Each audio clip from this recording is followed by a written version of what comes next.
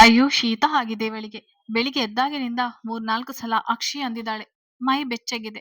ಅಷ್ಟು ದೂರ ಪ್ರಯಾಣ ಮಾಡಿದಕ್ಕೋ ಅಥವಾ ನಿನ್ನೆ ಹತ್ತಿದಕ್ಕೋ ನನ್ ಕಂದನಿಗೆ ಶೀತ ಆಗಿದೆಯಲ್ಲ ಎಂದು ಚಡಪಡಿಸುವ ಸ್ವರಗೆ ಭಯವಾಗಿತ್ತು.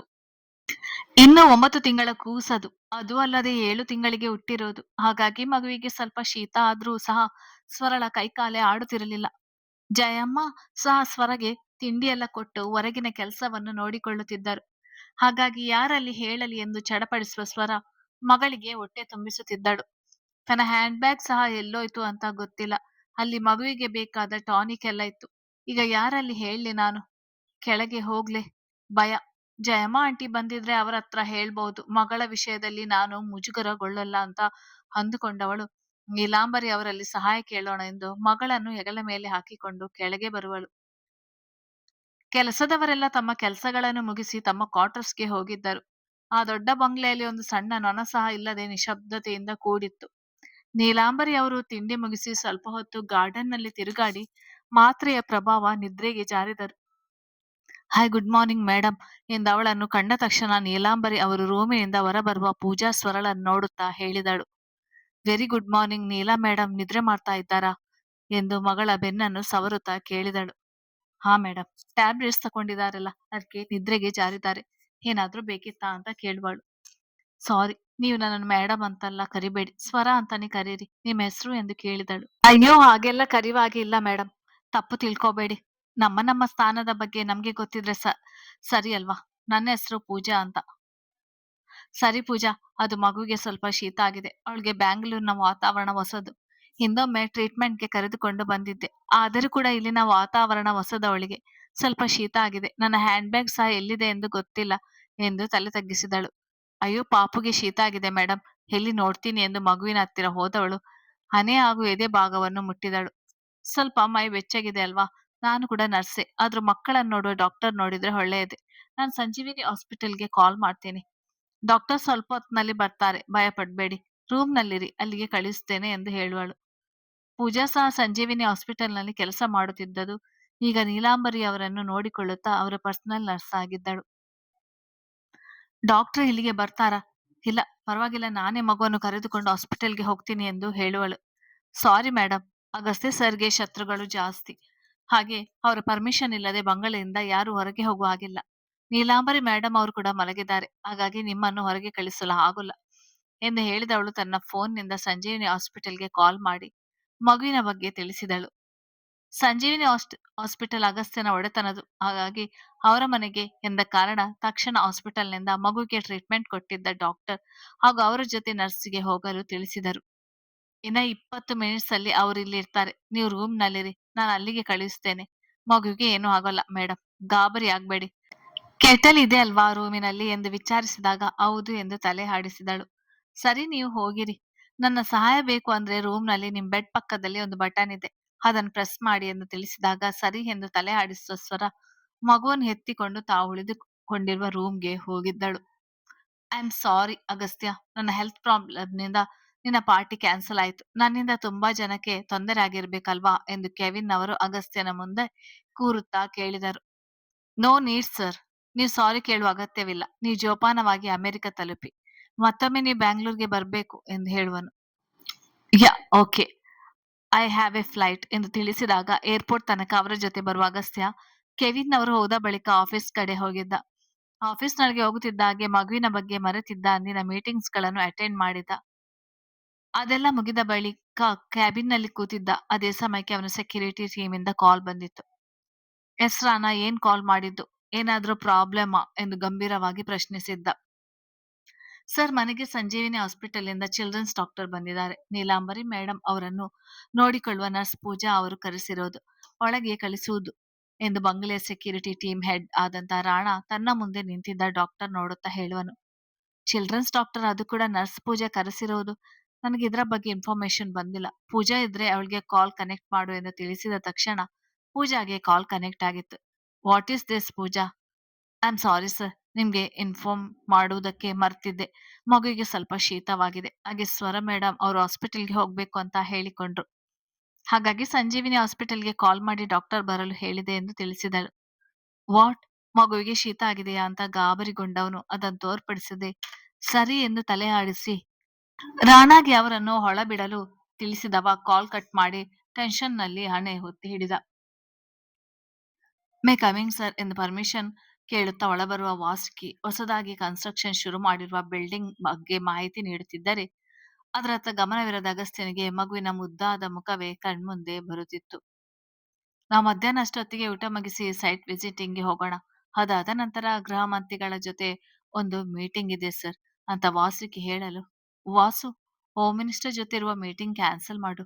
ಮಧ್ಯಾಹ್ನ ಮನೆಗೆ ಹೋಗೋಣ ಅಂತ ತಿಳಿಸಿದವನು ಕ್ಯಾಬಿನ್ ಒಳಗೆ ಇರುವ ತನ್ನ ಪರ್ಸನಲ್ ರೂಮ್ ಒಳಗೆ ಹೋಗಿ ಬಾಗಿಲು ಹಾಕಿಕೊಂಡ. ಶಾಕ್ ಆದ ವಾಸುಕಿ ಅವನ ಕಡೆ ನೋಡುತ್ತಿದ್ದ. ರೂಮ್ ಒಳಗೆ ಬಂದ ಅವನು ತಕ್ಷಣ ತನ್ನ ಲ್ಯಾಪ್ಟಾಪ್ ಆನ್ ಮಾಡಿ ಬಂಗ್ಲೆ ಸಿಸಿಟಿವಿ ಕ್ಯಾಮೆರಾದ ವಿಡಿಯೋ ರೆಕಾರ್ಡಿಂಗ್ ಅನ್ನು ಆನ್ ಮಾಡತೊಡಗಿದ. ಎಲ್ಲಾ ರೂಮ್‌ನಲ್ಲೂ ಸಹ ಸಿಸಿಟಿವಿ ಕ್ಯಾಮೆರಾಗಳು ಇತ್ತು. ಡ್ರೆಸ್ಸಿಂಗ್ ರೂಮ್ ಹಾಗೂ ಬಾತ್ರೂಮ್ ಬಿಟ್ಟು. ಮನೆಗೆ ಮೂಲೆ ಮೂಲೆಯಲ್ಲೂ ಸಿಸಿಟಿವಿ ಕ್ಯಾಮೆರಾವನ್ನು ಅಳವಡಿಸಿದ್ದರು. ಏನಿಲ್ಲ ಮೇಡಮ್, ಸ್ವಲ್ಪ ಜಾಗ ಬದಲಾವಣೆ ಆಗಿದೆ. ಜೊತೆಗೆ ಹೆಚ್ಚು ತಿರುಗಾಟ ಅಂತ ಹೇಳಿದ್ರಲ್ಲ, ಆ ಕಾರಣದಿಂದ ಮಗುಗೆ ಶೀತವಾಗಿದೆ. ಇನ್ಯಾವ ಪ್ರಾಬ್ಲಮ್ ಇಲ್ಲ. ಮಗುವಿಗೆ ಆಪರೇಷನ್ ಮಾಡಿದ್ದೆ ನಾನೇ ಅಲ್ವಾ. ಮಗು ತುಂಬಾ ಆರೋಗ್ಯವಾಗಿದೆ. ಹೆಚ್ಚಿನ ವರಿ ಮಾಡ್ಬೇಡಿ. ಒಳ್ಳೆ ಪೌಷ್ಟಿಕ ಆಹಾರವನ್ನು ನೀವು ತಿನ್ನುತ್ತಾ ಮಗುವಿಗೂ ಕೊಡಿ ಎಂದು ಡಾಕ್ಟರ್ಸ್ ಮಗುವನ್ನು ಚೆಕ್ ಮಾಡಿ ಟಾನಿಕ್ ಕೊಡುತ್ತಾ ಹೇಳಿದರು.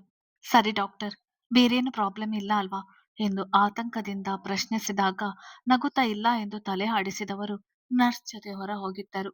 ಪೂಜಾ ಸಹ ಅಲ್ಲಿಯೇ ಇದ್ದಳು. ನಾನು ಹೇಳಿಲ್ವಾ ಮೇಡಮ್, ಮಗುಗೇನು ಆಗಿಲ್ಲ ಅಂತ. ನೀವೇ ಹೆಚ್ಚು ಗಾಬರಿ ಮಾಡಿಕೊಂಡಿರೋದು. ಸ್ವಲ್ಪ ಹೊತ್ತು ಮಗುವಿನ ಜೊತೆ ರೆಸ್ಟ್ ಮಾಡಿ.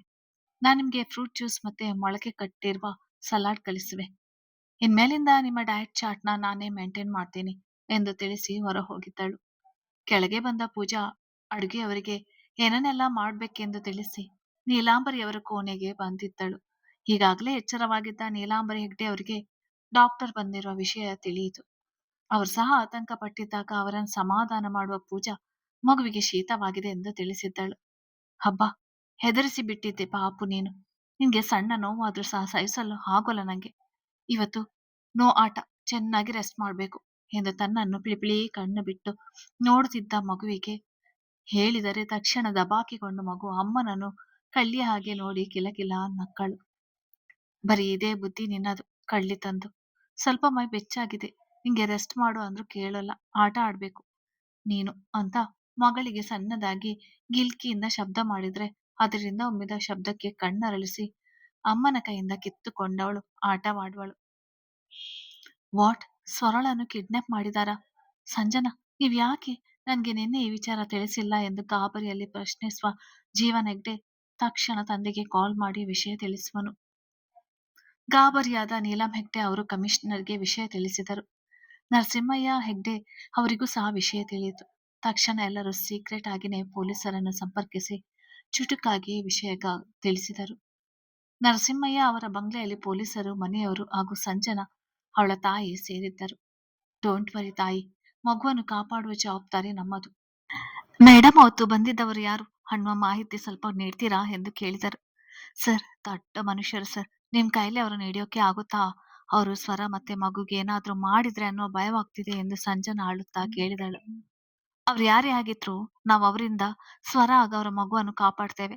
ನೀವು ಮೊದಲು ಯಾರು ಅಂತ ತಿಳಿಸಿ ಎಂದು ಕಮಿಷನರ್ಗೆ ಕೇಳಿದಾಗ ಅವುಗಳು ನುಂಗಿದ ಸಂಜನಾ ತಾಯಿಯ ಮುಖ ನೋಡಿದಳು. ಇಂಡಿಯಾದ number 1 business magnet Agastya Neelambari Hegde ಅವರು ಸ್ವರ ಮತ್ತು ಅವಳ ಮಗುವನ್ನು ಕಿಡ್ನಾಪ್ ಮಾಡಿರೋದು ಎಂದು ಸಂಜನಾ ಮೆಲ್ಲಗೆ ಹೇಳಿದ್ರೆ ಹೆಗ್ಡೆ ಮನೆಯವರಿಗೆಲ್ಲ ಒಮ್ಮೆಲೆ ತಲೆ ತಿರುಗಿದಂತಾಯ್ತು. ಕಾರಣ ಏನಿರ್ಬೋದು ಗೆಸ್ ಮಾಡಿ. ಸ್ವರ ಉಳಿದುಕೊಂಡಿರುವ ರೂಮಿನ ಸಿಸಿಟಿವಿ ಕ್ಯಾಮೆರಾ ವಿಡಿಯೋ ರೆಕಾರ್ಡಿಂಗ್ ನೋಡುತ್ತಿದ್ದ ಅಗಸ್ತ್ಯನಿಗೆ ಸ್ವರಳನ್ನು ನೋಡುತ್ತಿದ್ದರೆ ರೋಷ ಉಕ್ಕುತ್ತಿತ್ತು. ಆದ್ರೆ ಅದು ಕ್ಷಣ ಮಾತ್ರ. ನಂತರ ಮಗುವಿನ ಮುಖ ನೋಡುತ್ತಿದ್ದಾಗೆ ಆ ರೋಷವೆಲ್ಲ ಮಾಯವಾಗುತ್ತಿತ್ತು. ಯಾವುದೇ ಭಾವನೆ ತೋರದೆ ಮಗುವನ್ನು ದಿಟ್ಟಿಸಿ ನೋಡುತ್ತಿದ್ದ. ಮಗು ಅವಳ ಮಡಿಲ ಮೇಲೆ ಮಲಗಿ ಆಟವಾಡುತ್ತಿತ್ತು. ನಂತರ ಜಯಮ್ಮ ಬಂದು ಸ್ವರಳಿಗೆ ತಿನ್ನಲು ಕೊಟ್ಟವರು ಮಗುವನ್ನು ತಾವು ಎತ್ತಿಕೊಂಡು ಮಡಿಲಲ್ಲಿ ಮಲಗಿಸಿಕೊಂಡಿದ್ದರು. ಅವರು ತಂದುಕೊಟ್ಟ ಮೊಳಕೆ ಕಾಲಿನ ಸಲಾಡ್, ಜ್ಯೂಸ್ ಮುಜುಗರದಲ್ಲಿ ತಿಂದು ಮುಗಿಸಿದವಳು ಜಯಮ್ಮ ಅವರಿಂದ ಮಗುವನ್ನು ಎತ್ತಿಕೊಂಡಳು. ರೂಮಿನಲ್ಲಿಯೇ ಸ್ವಲ್ಪ ಹೊತ್ತು ಓಡಾಡುವಳು. ಅವ್ರಿಗೆ ಡಿಸ್ಟರ್ಬ್ ಆಗಬಾರ್ದು ಎಂದು ಜಯಮ್ಮ ಹೊರ ಹೋಗಿದ್ದರು ಮಧ್ಯಾಹ್ನದ ಅಡುಗೆಯನ್ನು ತಯಾರಿಸಲು. ಅಮ್ಮನ ಬೆಚ್ಚಗಿನ ತೋಳಿನಲ್ಲಿ ನಿದ್ದೆಗೆ ಜಾರಿದ ಮಗುವನ್ನು ಹಾಸಿಗೆಯ ಮೇಲೆ ಮಲಗಿಸಿದ ಸ್ವರ ರೂಮಿನ ಡೋರ್ ಅನ್ನು ಲಾಕ್ ಮಾಡಿ ವಾಶ್ರೂಮ್ಗೆ ಹೋಗಿ ಆಗಲೇ ತನ್ನ ಸೀರೆಗೆ ಟಾನಿಕ್ ಸ್ವಲ್ಪ ಚೆಲ್ಲಿದ್ದರಿಂದ ಅದನ್ನು ತೊಳೆದುಕೊಂಡು ಹೊರ ಬಂದವಳು. ಕಬೋರ್ಡ್ ಹತ್ತಿರ ಹೋಗಿ ಹಾಕಿದ್ದ ಬ್ಲೌಸ್ಗೆ ಮ್ಯಾಚ್ ಆಗುವಂತ ಕಾಟನ್ ಸೀರೆಯೊಂದನ್ನು ತೆಗೆದುಕೊಂಡವಳು. ಹೆಗಲ ಮೇಲಿನಿಂದ ಸೆರಗು ತೆಗೆದಳು. ಅಷ್ಟೊತ್ತಿನಿಂದ ಬರೀ ಮಗುವನ್ನೇ ಕಾನ್ಸಂಟ್ರೇಷನ್ ಮಾಡಿ ನೋಡುತ್ತಿದ್ದ ಅಗಸ್ತ್ಯನಿಗೆ ನೆಲದ ಮೇಲೆ ಸೀರೆಯಂತ ಬಟ್ಟೆ ಕೆಳಗೆ ಬಿದ್ದಾಗ ಅತ್ತ ಕಡೆ ನೋಡಿದವನು ತಕ್ಷಣ ಲ್ಯಾಪ್ಟಾಪ್ ಮುಚ್ಚಿಟ್ಟ. ಇಡಿಯಟ್, ಸ್ವಲ್ಪ ಕೂಡ ಮ್ಯಾನಸ್ ಇಲ್ಲ. ಆಗಲೂ ಅದೇ ರೀತಿ ಸುತ್ತಲೂ ಯಾರಿದ್ದಾರೆ ಅನ್ನುವುದನ್ನು ಗಮನಿಸುತ್ತಿರಲಿಲ್ಲ. ಈಗಲೂ ಅಷ್ಟೇ ಅಂತ ಮನದಲ್ಲೇ ಬೈದುಕೊಂಡವನು ಮಧ್ಯಾಹ್ನದ 1 ಗಂಟೆ ಸಮಯವಾದಾಗ ವಾಸುಕಿಯ ಜೊತೆ ಮನೆಗೆ ಹೋಗುವನು. ಅರೆ ಅಗು, ಇಷ್ಟು ಬೇಗ ಬಂದಿದ್ಯಾ? ಈಗ ತಾನೇ ಊಟಕ್ಕೆ ಕೂರುತ್ತಿದ್ದೇವೆ ನಾವು. ಕುಮಾರ್, ಜಯಮ್ಮ, ಬೇಗ ಅಡುಗೆಯನ್ನು ತಂದು ಡೈನಿಂಗ್ ಟೇಬಲ್ ಮೇಲೆ ಇಡಿ ಎಂದು ನೀಲಾಂಬರಿಯವರು ಕೂಗಿ ಹೇಳಿದರು. ವಾಸುಕಿಗೆ ಅಗಸ್ತ್ಯನಿಗೆ ಫ್ರೆಶ್ ಆಗಿ ಬರಲು ಹೇಳಿದರು. ಸರಿ ಎಂದು ತಲೆ ಆಡಿಸುವ ವಾಸುಕಿ ಮತ್ತೆ ಅಗಸ್ತ್ಯ ಲಿಫ್ಟ್ ಮೂಲಕ ತಮ್ಮ ರೂಮಿಗೆ ಹೋಗುವರು. ಮೊದಲು ಫ್ರೆಶ್ ಆಗಲು ವಾಸುಕಿ ಕೆಳಗಡೆ ಹೋಗಿದ್ದರೆ ನಿಧಾನವಾಗಿ ಫ್ರೆಶ್ ಆಗಿ ಡ್ರೆಸ್ ಚೇಂಜ್ ಮಾಡಿದ ಅಗಸ್ತ್ಯ ಗ್ರೌಂಡ್ ಫ್ಲೋರ್ಗೆ ಬಟನ್ ಪ್ರೆಸ್ ಮಾಡುವುದನ್ನು ಮರೆತು ಮೊದಲನೇ ಫ್ಲೋರ್ಗೆ ಪ್ರೆಸ್ ಮಾಡಿದ. ಬಾಗಿಲು ಓಪನ್ ಆಗುತ್ತಿದ್ದಾಗೆ ಅಯಸ್ಕಾಂತದಂತೆ ಸೆಳೆಯುವ ರೂಮಿನ ಕಡೆ ಹೋದವನು ಲಾಕ್ ಹಾಕಿದ್ದ ಬಾಗಿಲನ್ನು ನೋಡಿ ಪಕ್ಕದಲ್ಲಿದ್ದ ಫಿಂಗರ್ ಪ್ರಿಂಟ್ ಅನ್ನು ಪ್ರೆಸ್ ಮಾಡಿದ ತಕ್ಷಣ ಬಾಗಿಲು ತೆರೆದುಕೊಂಡಿತ್ತು. ಒಳಗೆ ಬಂದವನು ಮಧ್ಯಾಹ್ನದ ನಿದ್ರೆಯಲ್ಲಿ ಮಲಗಿದ್ದ ಅಮ್ಮ ಮಗಳನ್ನು ನೋಡಿ ಸ್ವರ ಕಡೆ ಗಮನ ಕೊಡದವನು ನಿಧಾನವಾಗಿ ಹೆಜ್ಜೆ ಇಡುತ್ತಾ ಮಗುವಿನ ಹತ್ತಿರ ಹೋಗಿ ಜೇಬಿನಲ್ಲಿ ಕೈ ಹಾಕಿಕೊಂಡು ಮಗುವನ್ನು ದಿಟ್ಟಿಸಿ ನೋಡಿದ. God, I hate this baby. ನೆಮ್ಮದಿಯಾಗಿರಲು ಬಿಡ್ತಾ ಇಲ್ಲ ಅಂತ ಹೇಳಿಕೊಂಡವ ಅಲ್ಲಿಂದ ಮುಂದೆ ಹೆಜ್ಜೆ ಇಟ್ಟವನು ಕಾಲಿಗೆ ಸಿಕ್ಕ ಮಗುವಿನ ಆಟದ ಸಾಮಾನನ್ನು ಎಡವಿ ಮಲಗಿದ್ದ ಸ್ವರ ಮೇಲೆ ಬಿದ್ದವನ ತುಟಿ ಸೀರೆ ಸೆರೆಗು ಸರಿದು ನಗ್ನವಾಗಿದ್ದ ಸ್ವರ ನಾಭಿಯನ್ನು ಸೋಕಿತ್ತು. ಅಚಾನಕ್ಕಾಗಿ ಆಗಿದ್ದು. ಮೈ ಮೇಲೆ ಬಿದ್ದವನ ದೇಹದ ಭಾರಕ್ಕೆ ಬಿಚ್ಚಿದ ಸ್ವರ ಕಣ್ಬಿಟ್ಟವಳು ನಾಭಿ ಸೋಕಿದ ಇನಿಯನ ಅದರದ ಸ್ಪರ್ಶಕ್ಕೆ ಭಯಗೊಂಡಳು. ಭಯದಲ್ಲಿ ಮೇಲೆದ್ದವಳು ಇನ್ನೇನು ಕೂಗಿಕೊಳ್ಬೇಕು. ಆಗ ಚಿರತೆಯ ವೇಗದಲ್ಲಿ ಅವಳ ಅತಿ ಸನಿಹಕ್ಕೆ ಹೋದವನು ಅವಳ ಬಾಯಿಯನ್ನು ತನ್ನ ಅಂಗೈಯಲ್ಲಿ ಒತ್ತಿ ಹಿಡಿದು ಮುಚ್ಚಿದ.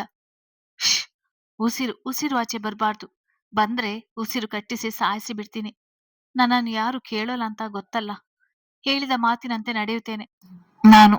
ಒಂದು ಸಲ ಕಟಕ್ ಪಿಟಕ್ ಅಂದ್ರೂ ಕೂಡ ಸಾಯಿಸಿ ಬಿಡ್ತೀನಿ ಎಂದು ಹಲ್ಲು ಕಚ್ಚಿ ರೋಷದಲ್ಲಿ ಹೇಳಿದವನು ಅವಳ ಕಡೆ ಕೋಪದಲ್ಲಿ ನೋಡಿದರೆ ಈಗಾಗಲೇ ಅಳುವ ಹಂತಕ್ಕೆ ಬಂದಿದ್ದ ಸ್ವರ ಅವನ ಮಾತಿಗೆ ಸರಿ ಎನ್ನುವಂತೆ ರೆಪ್ಪೆಯನ್ನು 2 ಬಾರಿ ಬಡಿದಳು. ನೋಡು, ನೀನ್ ತಿಳ್ಕೊಂಡಂತೆ ಬೇಕು ಬೇಕು ಅಂತ ನಾನು ನಿನ್ನ ಬೆಲ್ಲಿಗೆ ಕಿಸ್ ಮಾಡಿಲ್ಲ. ನಿನ್ನನ್ನು ಮತ್ತೆ ನಿನ್ನ ಮಗುನ ಸಾಯಿಸ್ಬೇಕಂತ ಬಂದಿದ್ದೆ. ಆಮೇಲೆ ಇನ್ನ ಸ್ವಲ್ಪ ದಿನ ನೀನ್ ನರಳ್ಬೇಕಂತ ಹಿಂತಿರುಗುವಾಗ ಅಚಾನಕ್ಕಾಗಿ ಬಿದ್ದಿದ್ದು. ಇದನ್ನೇ ನಿನ್ನ ಮನಸ್ಸಿನಲ್ಲಿ ಇಟ್ಟುಕೊಂಡು ನೀನು ಬೇರೆ ಏನಾದ್ರೂ ಸ್ಕೆಚ್ ಹಾಕಿದ್ರೆ ಅಚಾನಕ್ಕಾಗಿ ಕಿಸ್ ಮಾಡಿದ ನಿನ್ನ ಬೆಲ್ಲಿಯ ಮೇಲೆ ನನ್ನ ಗನ್ ಇರುತ್ತೆ ಅಂತ ಕ್ರೋಧದಲ್ಲಿ ಹೇಳುವನು. ಏನು, ನನ್ನ ಮತ್ತೆ ಮಗುನ ಸಾಯಿಸಲು ಬಂದಿದ್ರಾ ನೀವು ಅಂತ ಅವನ ಕೈಯನ್ನು ಕಿತ್ತೆಸೆದ ಸ್ವರ ತುಟಿ ಕಚ್ಚಿ ತನ್ನ ಅಳುವನ್ನು ನಿಯಂತ್ರಿಸಿಕೊಳ್ಳುತ್ತಾ ಅವನನ್ನು ಪ್ರಶ್ನಿಸಿದಳು. ನನ್ನ ಕ್ವಶನ್ ಮಾಡುವಷ್ಟು ಬೆಳೆದಿದ್ಯಾ ನೀನು ಅಂತ ಅವಳ ಮುಡಿಗೆ ಕೈ ಹಾಕಿದವನು ತನ್ನ ಹತ್ತಿರ ಎಳೆದುಕೊಂಡರೆ ಭಯದಲ್ಲಿ ಹೊಗಳು ನುಂಗಿದವಳು ಇಲ್ಲ ಎಂದು ತಲೆ ಹಾಡಿಸಿ ಅವನ ಮುಂದೆ ಕೈ ಮುಗಿದಳು.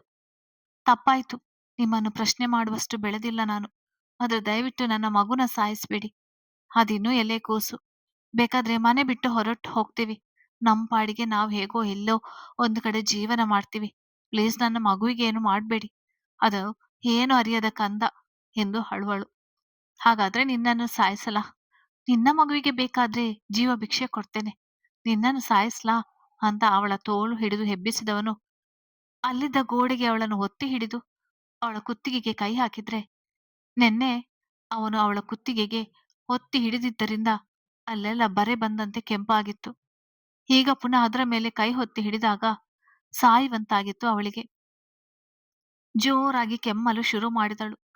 ಅವನಿಂದ ಬಿಡಿಸಿಕೊಳ್ಳಲು ಒದ್ದಾಡುವಾಗ ತನ್ನ ಅಮ್ಮನನ್ನು ರಕ್ಷಿಸಲು ತಾನಿದ್ದೇನೆ ಎನ್ನುವ ಸೂಚನೆ ಕೊಡುವಂತೆ ನಿದ್ರೆಯಿಂದ ಎಚ್ಚರವಾದ ಮಗು ತನ್ನಮ್ಮನಿಗಾಗಿ ಸುತ್ತಲೂ ಕಣ್ಣಾಡಿಸಿ ಜೋರಾಗಿ ಅಳಲು ಶುರು ಮಾಡಿದಳು.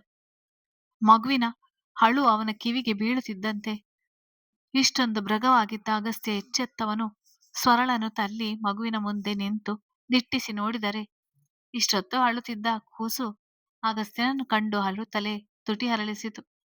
ನಗ್ಬೇಡ ನೀನು. ನಿನ್ನಿಂದ ನಂಗೆ ಕೆಲ್ಸದ ಮೇಲೆ ಕಾನ್ಸಂಟ್ರೇಷನ್ ಮಾಡೋಕ್ಕಾಗ್ತಿಲ್ಲ. ಬಾಯಿ ಮುಚ್ಕೊಂಡು ಇಲ್ಲೇ ಬಿದ್ದಿರ್ಬೇಕು. ಹೊರಗಡೆ ಬಂದ್ರೆ ಕಾಲು ಮುರಿಯುತ್ತೀನಿ ಅರ್ಥ ಆಯ್ತಾ? ಎಂದು ಮಗುವಿನ ಮುಂದೆ ತನ್ನ ಕೋಪವನ್ನು ಹೊರಹಾಕಲು 9 ತಿಂಗಳ ಕೂಸದು. ಅದಕ್ಕೇನು ಅರ್ಥವಾಗುತ್ತೆ? ಅಮ್ಮ ಮುದ್ದಾಗಿ ಗದರಿದಂತೆ ಅಪ್ಪನೂ ಸಹ ಗದರುತ್ತಿದ್ದಾನೆ ಅಂತ ಅಂದುಕೊಂಡು ಅವನನ್ನು ಕೆಣಕುವಂತೆ ತಕ್ಷಣ ದಬಾಕಿಕೊಂಡು ಪಟಪಟನೆ ಅಂಬೆಗಾಲು ಇಡುತ್ತಾ ಬಂದ ಕೂಸು ಮಂಚದ ತುದಿಗೆ ಬಂದು ಅಗಸ್ತ್ಯನ ಕಾಲನ್ನೇ ಆಧಾರವಾಗಿ ಹಿಡಿದುಕೊಂಡು ಮೆಲ್ಲಗೆ ಎದ್ದು ನಿಲ್ಲಲು ನೋಡಿದರೆ ತಕ್ಷಣ ಮಗುವನ್ನು ಹಿಡಿದುಕೊಂಡಿದ್ದ ಅಗಸ್ತ್ಯ ಮಗು ತನ್ನನ್ನು ಅಪ್ಪಲು ಬಂದರೂ ಸಹ ನಿರಾಕರಿಸುವಂತೆ ಮಗುವನ್ನು ಹಾಸಿಗೆ ಮೇಲೆ ಮೆಲ್ಲಗೆ ಮಲಗಿಸಿ ನೆಲದ ಮೇಲೆ ಬಿದ್ದಿದ್ದ ಸ್ವರ ಕಡೆ ಒಂದು ಅಸಹ್ಯದ ನೋಟ ನೋಡಿ ಅಲ್ಲಿಂದ ಹೊರಹೋಗಿದ್ದ. ಯಾವ ಹೆಣ್ಣಿಗೂ ಕೂಡ ಇಂತಹ ಕಷ್ಟ ಕೊಡ್ಬೇಡ ದೇವ್ರೆ. ಆ ಮಗುವಿನ ಜನನಕ್ಕೆ ಕಾರಣವಾಗಿರುವ ಅವರೇ ಮಗುನ ಸಾಯಿಸಲು ನೋಡುತ್ತಿದ್ದಾರೆ. ನಮ್ಮನ್ನು ನೀವೇ ರಕ್ಷಿಸಬೇಕು ಎಂದು ಬಿಕ್ಕಿ ಬಿಕ್ಕಿ ಅಳುವ ಸ್ವರ ಮಗು ಮಂಚದ ತುದಿಗೆ ಅಂಬೆಗಾಲಿಡುತ್ತಾ ಬರುವುದನ್ನು ಕಂಡು ತನ್ನ ಕಣ್ಣೀರನ್ನು ಒರೆಸಿಕೊಂಡು ಓಡಿಹೋಗಿ ಮಗುವನ್ನು ಎತ್ತಿಕೊಂಡಳು. ಯಾಕ್ ಬಂಗಾರಿ, ಅವ್ರತ್ರ ಹೋಗ್ತೀಯಾ? ಅವ್ರತ್ರ ಹೋಗ್ಬೇಡ ಕಂದ. ನಿಂಗೆ ನಾನೊಬ್ಳೆ ಸಾಕು ಅಲ್ವಾ? ಚೆನ್ನಾಗಿ ನೋಡಿಕೊಳ್ತೇನೆ. ಪರಿಸ್ಥಿತಿ ಈಗ ಸರಿಯಿಲ್ಲ. ಅದ್ಕೆ ಈ ಪಂಜರದಲ್ಲಿರುವುದು ಎಂದು ಮಗಳನ್ನು ಎದೆಗೆ ಅವಿಚಿಕೊಂಡು ದುಃಖಾಡಿಸುತ್ತಾ ಹೇಳಿದವಳು ಮತ್ತಷ್ಟು ಜೋರಾಗಿ ಅಳಲು ತನ್ನಮ್ಮನನ್ನು ನೋಡಿದ ಪುಟಾಣಿ ತಾನೂ ಅಳಲು ಶುರು ಮಾಡಿತು. ಅಳ್ಬೇಡ ಕಂದ, ನಿಂಗೆ ಹುಷಾರಿಲ್ಲ. ನಿನಗೊಂದು ರೀತಿ ಜ್ವರ ಬರೋಕೆ ನಾನೇ ಕಾರಣ ಅನ್ಸುತ್ತೆ. ಹೀಗೆ ಹತ್ತು ಹತ್ತು ನಿಂಗೆ ನೋವು ಮಾಡ್ತೀನಲ್ವಾ? ಅಳ್ಬೇಡ ಅಂತ ಮಗಳಿಗೆ ಕಣ್ಣೀರು ಒರೆಸುತ್ತಾ ಹೇಳಿದವಳು ನಂತರ ಮಗುವಿಗೆ ಹಾಲು ಕುಡಿಸುತ್ತಾ ಸಮಾಧಾನಗೊಂಡಳು. ಮಗಳೊಬ್ಬಳು ಹತ್ತಿರವಿದ್ದರೆ ಬೇರೆ ಯಾವ ಚಿಂತೆ ಕಾಡುವುದಿಲ್ಲ ಎನ್ನುವಂತೆ ಈಗ ತಾನೇ ನೋವು ಪಡುವ ಮಾಡು ಹೋಗಿದ್ದ ಅಗಸ್ತ್ಯ ಅವಳ ಮನದಿಂದ ದೂರವಾಗಿದ್ದ. ಸ್ವರ ಉಳಿದುಕೊಂಡಿರುವ ರೂಮಿಂದ ಹೊರಬಂದ ಅವನು ಡೈನಿಂಗ್ ಹಾಲಿಗೆ ಬರುವನು. ಯಾಕೆ ಲೇಟ್ ಮಾಡ್ದೆ? ನೀನ್ ಮೇಲೆ ಹೋಗಿ 1 ಗಂಟೆ ಮೇಲೆ ಆಯ್ತು. 10 ನಿಮಿಷ ಅಂತ ಹೇಳಿ ಇಷ್ಟೊತ್ತು ಮಾಡುವುದು ಆಫೀಸ್ಗೆ ಹೋಗಲ್ಲ ಅನ್ಸುತ್ತೆ ನೀನು ಎಂದು ಹೇಳುವ ನೀಲಾಂಬರಿಯವರು ಕುಮಾರ್ಗೆ ಸನ್ನೆ ಮಾಡಿದ್ರೆ ಅಗಸ್ತ್ಯನೇ ಮುಂದೆ ಊಟ ಬಡಿಸಿದ ಕುಮಾರ್ ಹಿಂದೆ ಸರಿದಿದ್ದ. ತಾಯಿಯ ಪ್ರಶ್ನೆಗೆ ಉತ್ತರಿಸಿದವನು ಮೌನವಾಗಿ ಊಟ ಮುಗಿಸಿ ಮೇಲೆದ್ದ. ವಾಸು, ನೀನ್ ಹೋಗಿ ಆಫೀಸ್ ನೋಡ್ಕೊ. ನಾನ್ ಸ್ವಲ್ಪ ಹೊತ್ತು ಬ್ಯಾಂಗ್ಳೂರ್ ಸುತ್ತಿ ಬರ್ತೇನೆ. ತುಂಬಾ ದಿನ ಆಗಿತ್ತು. ಅಡ್ಡಕ್ಕೆ ಹೋಗಿ ಎಂದು ತಿಳಿಸುವ ಅಗಸ್ತ್ಯ ತನ್ನ ಬಾಡಿಗಾರ್ಡ್ಸ್ ಕಡೆ ನೋಡಿದ್ರೆ ತಕ್ಷಣ ಅಲ್ಲಿದ್ದ ರೂಮಿನತ್ತ ಓಡಿದ ಒಬ್ಬ ಉದ್ದವಾದ ಕರಿಕೋಟನ್ನು ತಂದು ಅಗಸ್ತ್ಯನ ಮುಂದೆ ಹಿಡಿದನು. ಅಗಸ್ತ್ಯ, ಇದೆಲ್ಲ ಬೇಡ. ನೆನ್ನೆ ತಾನೇ ಮಗು ಮನೆಗೆ ಬಂದಿದೆ. ನಿನ್ನ ಕೈಗೆ ರಕ್ತ ಅಂಟುವುದು ನನಗಿಷ್ಟ ಇಲ್ಲ ಅಂತ ಗೊತ್ತು ಅಲ್ವಾ? ಅವರಿಗೆಲ್ಲ ಶಿಕ್ಷೆ ಕೊಡಲು ಕಾನೂನು ಇದೆ. ನೀನು ಸುಮ್ನೆ ಬಿಸ್ನೆಸ್ ನೋಡಿಕೊಂಡ್ರೆ ಸಾಕು ಎಂದು ನೀಲಾಂಬರಿ ಅವರು ನಡುಗುವ ಧ್ವನಿಯಲ್ಲಿ ಹೇಳಿದ್ರೆ ಅವರ ಕಡೆ ತನ್ನಗೇನ ನೋಟ ನೋಡಿ ಉದ್ದವಾದ ಬ್ಲ್ಯಾಕ್ ಕೋಟ್ ಹಾಕಿಕೊಂಡು ಅಗಸ್ತ್ಯ ಅಲ್ಲಿನಿಂದ ಹೊರ ಹೋಗಿದ್ದ. ಅವನ ಹಿಂದೆ ದೊಡ್ಡ ದೊಡ್ಡ ಗನ್ಗಳನ್ನು ಹಿಡಿದ ಬಾಡಿಗಾರ್ಡ್ ಸಹ ಹೋಗುವರು. ಮಗನ ತನ್ನಗೆ ನೋಟದ ಹಿಂದಿನ ಕ್ರೌರ್ಯವನ್ನು ನೀಲಾಂಬರಿಯವರು ಬಿಟ್ರೆ ಬೇರೆ ಯಾರು ತಾನೇ ಬಲ್ಲವರು? ಭಯದಲ್ಲಿ ವಾಸುಕಿ ಕಡೆ ನೋಡಿದರೆ ಕಣ್ಣಲ್ಲೇ ಸಂತೈಸಿದ ವಾಸುಕಿ ಆಫೀಸ್ನತ್ತ ಹೋಗುವನು. ಈ ಕೆಲಸ ಮಾಡುವುದನ್ನು ನಿಲ್ಲಿಸಲು ಎಷ್ಟೇ ಪ್ರಯತ್ನ ಪಟ್ಟರು ಅದನ್ನು ತಡೆಯಲು ಆಗ್ತಾ ಇಲ್ಲ. ದಿನದಿಂದ ದಿನಕ್ಕೆ ಇವನ ಕ್ರೌರ್ಯ ಹೆಚ್ಚಾಗುತ್ತಿದೆ. ಇದರ ಪರಿಣಾಮ ಮಗು ಹಾಗೂ ಸ್ವರ ಮೇಲೆ ಬಿದ್ರೆ ಎಂದು ಭಯಪಟ್ಟವರು ದೇವರ ಮನೆ ಕಡೆ ನೋಡಿದರೆ ಕುಲದೇವತೆ ಮಹಾಕಾಳಿ ಮುಗುಳ್ನಗೆ ನಗುತ್ತಿದ್ದಳು.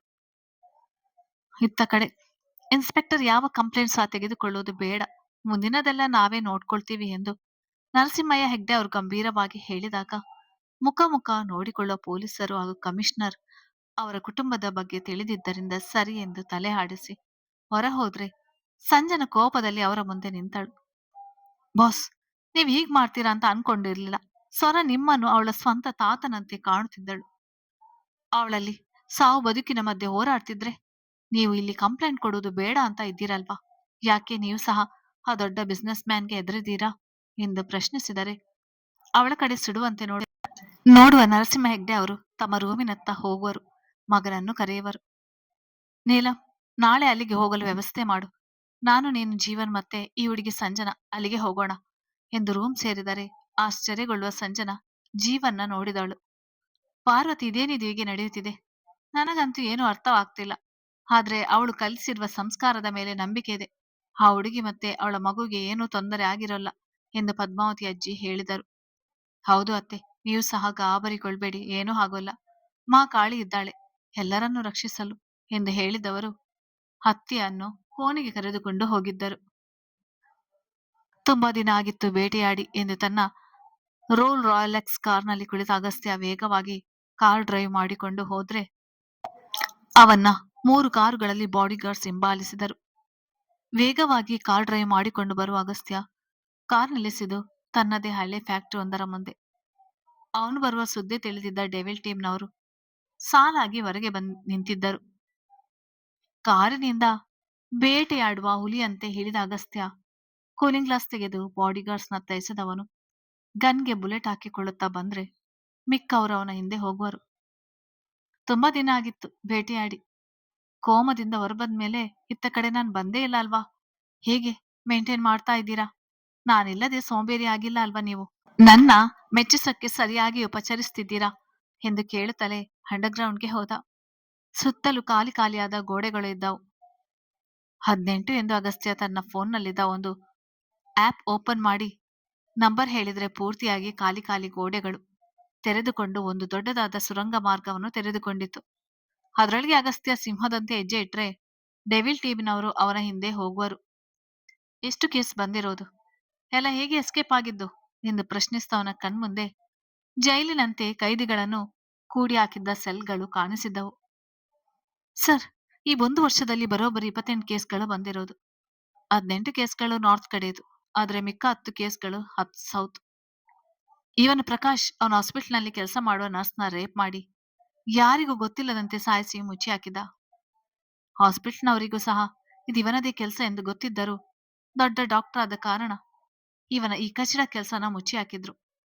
ನಾವು ಆ ನರ್ಸ್ನ ಫ್ಯಾಮಿಲಿಗೆ ಹಿಂಟ್ ಕೊಟ್ಟಿದ್ದೆವು, ಕೇಸ್ ಹಾಕಿ ಅಂತ. ನಾವೇ ಅವರಿಗೆ ಸಹಾಯ ಮಾಡಿದೆವು. ಆದ್ರೆ ನಮ್ಮ ಭಾರತದ ವ್ಯವಸ್ಥೆ ಬಗ್ಗೆ ನಿಮ್ಗೆ ಗೊತ್ತಲ್ವಾ? 3 ತಿಂಗಳಲ್ಲಿ ಹೊರಬಂದಿದ್ದ. ಸೊ 2 ದಿನದಲ್ಲಿ ಇವನನ್ನು ಕ್ಯಾಚ್ ಹಾಕಿ ಬಿಲದಲ್ಲಿ ಅಡಗಿಸಿಟ್ಟೆವು. 2ನೇ ಚಾಪ್ಟರ್ ರೀತಿ ಶಿಕ್ಷೆ ಕೊಟ್ಟಿರೋದು. ಯಾವ ಗಂಡಸ್ತನದಿಂದ ಮೆರೆದಿದ್ದ ಅದನ್ನೇ ಕತ್ತರಿಸಿ ಇವನು ಬದುಕುವಂತೆ ಮಾಡಿದ್ದೇವೆ. ಊಟ ಏನಿಲ್ಲ, ದಿನ ಒಂದು ಸತ್ತ ಇಲಿಯನ್ನು ಕೊಡ್ತಿರೋದು. ಹಾಗೆ ದಿನ ಈ ಹುಚ್ಚಿನ ಇಂಜೆಕ್ಷನ್ ಅನ್ನು ಕೊಡ್ತಿದ್ದೇವೆ. ಅಂಡ್ ನೆಕ್ಸ್ಟ್ ಇವನ್ ಜೋಸೆಫ್ ಅಂತ ಕಾಲೇಜ್ನ ಪ್ರಿನ್ಸಿಪಲ್ ಆಗಿದ್ದ. ಅದೇ ಕಾಲೇಜ್ನಲ್ಲಿರುವ ಪ್ರೈಮರಿ ಶಾಲೆಯಲ್ಲಿ ಓದುತ್ತಿದ್ದ ಅಂಕಿತಾ ಎನ್ನುವ 5ನೇ ತರಗತಿಯ ಮಗುವನ್ನು ರೇಪ್ ಮಾಡಿ ಯಾರಿಗೂ ಅನುಮಾನ ಬರಬಾರದು ಎಂದು ಟೆರೆಸ್ ಮೇಲಿನಿಂದ ಮಗುವನ್ನು ಕೆಳಗೆ ಎಸೆದಿದ್ದ. ಆ ದಿನ ಸಿಸಿಟಿವಿ ಕ್ಯಾಮೆರಾ ಎಲ್ಲವನ್ನು ಹಾಳು ಮಾಡಿದ್ದ. ಆದ್ರೆ ನಮ್ಗೆ ಈ ವಿಷಯ ತಿಳಿದು ಪೇರೆಂಟ್ಸ್ಗೆ ಹಿಂಟ್ ಕೊಟ್ಟಿ ನಾವೇ ಕೇಸ್ ಹಾಕಿಸೆವು. ಆದ್ರೆ ಇವನಿಗೆ ಯಾವ ಶಿಕ್ಷೆಯನ್ನು ಕೊಡ್ಲಿಲ್ಲ. ಬೇಲ್ ಮೂಲಕ ಆಚೆ ಬಂದಿದ್ದ. ಸೊ 1 ವಾರ ಆಯ್ತು ಇವರನ್ನು ಹಿಡಿದುಕೊಂಡು ಬಂದು. ಇನ್ನ ಚಾಪ್ಟರ್ 2ಗೆ ಬಂದಿಲ್ಲ. ಚಾಪ್ಟರ್ 1 ನಲ್ಲಿದ್ದೇವೆ. ದಿನ ಇರುವೆ ಹಾಗೂ ಜಿರಳೆಯನ್ನು ಅವನ ಬೆತ್ತಲ ದೇಹದ ಮೇಲೆ ಬಿಟ್ಟು ಈ ಮುದುಕನ ದೇಹವನ್ನು ಕಚ್ಚುವಂತೆ ಮಾಡುತ್ತಿದ್ದೇವೆ. ನಾಳೆ ಇವನ ಗಂಡಸ್ಥಾನದ ಮೇಲೆ ಪ್ರಯೋಗ ಎಂದು ತಿಳಿಸಿದರೆ ಕಣ್ಣು ಮುಚ್ಚಿದ ಅಗಸ್ತ್ಯ ಚಿಟಿಕೆ ಹೊಡೆಯುವನು. ತಕ್ಷಣ ಅವನಿಗೆ ಅವನ ಕಿಂಗ್ ಸೈಜ್ ಚೇರ್ ಅಂತ ತಂದಿಟ್ಟರು. ಅದರ ಮೇಲೆ ಮಹಾರಾಜರಂತೆ ಕುಳಿತವನು ಈ ಸೆಲ್ ಕಡೆ ನೋಡಿದರೆ ಅದನ್ನು ಅರ್ಥ ಮಾಡಿಕೊಂಡ ಡೆವಿಲ್ ಟೀಮ್ನವರು ಆ ಸೆಲ್ ಬಾಗಿಲು ತೆಗೆದು ಜೋಸೆಫ್ ಅನ್ನು ಎಳೆದುಕೊಂಡು ಬಂದು ಅಗಸ್ತ್ಯನ ಮುಂದೆ ಮಂಡಿ ಊರಿ ಕೂರಿಸಿದರು. ಮುದುಕನಿಗೆ ಚಪಲ ಜಾಸ್ತಿ ಅನ್ಸುತ್ತೆ ಅಲ್ವಾ? ಶಾಲೆಗೆ ಹೋಗುವ ಮಕ್ಕಳನ್ನು ಬಿಡ್ಲಿಲ್ವಾ? ನನ್ ಕೈ ರಕ್ತದ ರುಚಿ ನೋಡಿ. ತುಂಬಾ ದಿನ ಆಗಿತ್ತು. ಕಾನೂನಿನಿಂದ ನೀನು ತಪ್ಪಿಸ್ಕೊಂಡಿರ್ಬೋದು, ಆದ್ರೆ ಈ ಅಗಸ್ತ್ಯನ ಕೈಯಿಂದ ಅಲ್ಲ. ಇವನ ಸಾಮ್ರಾಜ್ಯದಲ್ಲಿ ಇವನು ಹೇಳಿದ್ದೇ ನಡೆಯುವುದು. ಇವನ ಮಾತೆ ಶಾಸನ ಎಂದು ರೋಷದಲ್ಲಿ ಹೇಳಿದವನು ಪಳಪಳನೆ ಹೊಳೆಯುವ ಕತ್ತಿಯೊಂದನ್ನು ತೆಗೆದುಕೊಂಡು ಚಿರತೆಯಂತೆ ಆ ಜೋಸೆಫ್ನ ಮೇಲೆ ಮುಗಿಬಿದ್ದವನು ಅವನ ದೇಹದ ಮೇಲೆಲ್ಲ ಕತ್ತಿಯಿಂದ ಬೀಸಿ ಅವನ ಗಂಡಸ್ತನವನ್ನೇ ಕಟ್ ಮಾಡಿದ್ರೆ ಜೋರಾಗಿ ಕೂಗಿಕೊಳ್ಳುವ ಜೋಸೆಫ್ ಅಲ್ಲಿಗೆ ಸತ್ತಿದ್ದ. ತನ್ನ ಮುಖದ ಮೇಲೆ ಹಾರಿದ ರಕ್ತವನ್ನು ಚಿಟಿಕೆ ಹೊಡೆದು ಅಸಹ್ಯದಂತೆ ಒರೆಸಿಕೊಂಡವನು ಆ ಕತ್ತಿಯನ್ನು ಎಸೆದು ಅಲ್ಲಿಂದ ಹೊರ ಹೋಗಿದ್ರೆ ಉಳಿದ ಸೆಲ್ಗಳಲ್ಲಿದ್ದ ರೇಪಿಸ್ಟ್ಗಳು ಅಲ್ಲಿಯೇ ಮೂರ್ಛೆ ಹೋದರು. ಅಲ್ಲೆಲ್ಲೋ ಆಗಸ್ಟ್ದಲ್ಲಿದ್ದ ನಕ್ಷತ್ರವು ತನ್ನ ಸಾವಿಗೆ ನ್ಯಾಯ ಸಿಕ್ಕಿತು ಎನ್ನುವಂತೆ ಹೊಳೆಯುತ್ತಿತ್ತು. ಕತೆ ಮುಂದುವರಿಯುತ್ತದೆ. ಹಾಗೆ ನನ್ನ ಚಾನೆಲ್ ಅನ್ನು ಸಬ್ಸ್ಕ್ರೈಬ್ ಮಾಡುವುದನ್ನು ಮರೆಯಬೇಡಿ. ಆಗ ನಿಮ್ಗೆ ಕತೆ ಬೇಗ ಬಂದು ತಲುಪುತ್ತದೆ.